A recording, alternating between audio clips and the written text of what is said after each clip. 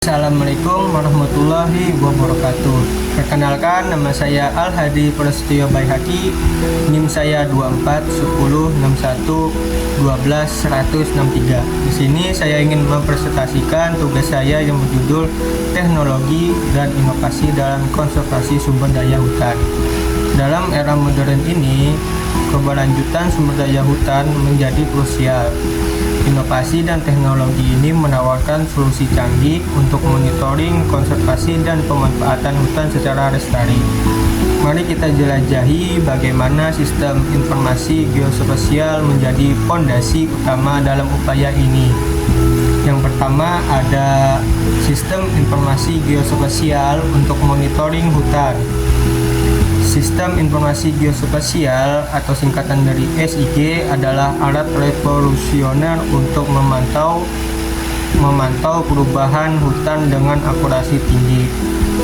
Teknologi ini memungkinkan kita untuk yang pertama adalah untuk mendeteksi deforestasi dan degradasi hutan secara real time. Yang kedua ada memetakan keanekaragaman hayati dan habitat satwa liar. Dan yang ketiga menganalisis dampak perubahan iklim terhadap ekosistem hutan. Dan keempat, yang terakhir, merencanakan strategi konservasi yang efektif berdasarkan data spasial.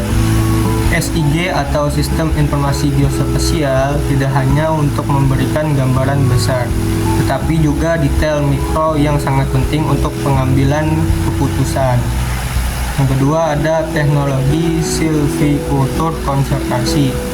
Ada dua, yang pertama ada agroforestry dan rehabilitas berbasis ekosistem. Yang pertama ada agroforestry. Sistem agroforestry mengintegrasikan pohon dengan tanaman pertanian atau ternak, menciptakan ekosistem yang produktif dan lestari. Ini memungkinkan keanekaragaman hayati, memperbaiki kualitas tanah, dan memberikan penghasilan berkelanjutan bagi masyarakat. Yang kedua ada rehabilitas berbasis ekosistem.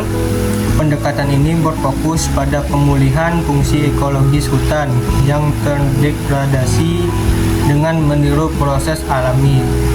Bertujuannya untuk membangun kembali ketahanan ekosistem dan layanan lingkungan yang diberikannya. Yang ketiga ada pemanfaatan hasil hutan non-kayu berkelanjutan. Pemanfaatan hasil hutan non-kayu secara berkelanjutan merupakan strategi penting untuk konservasi hutan dengan mengurangi tekanan terhadap pembangunan kayu dan memberikan nilai ekonomi langsung dari keanekaragaman hayati hutan. Yang pertama, pemanfaatan hasil hutan non-kayu ada madu hutan. Produksi madu dari lebah hutan memberikan pendapatan bagi masyarakat lokal sekaligus mendorong perlindungan ekosistem hutan. Yang kedua ada rotan dan bambu. Pemanfaatan rotan dan bambu untuk kerajinan dan bahan bangunan dapat menjadi alternatif yang ramah lingkungan. Yang ketiga ada tanaman obat.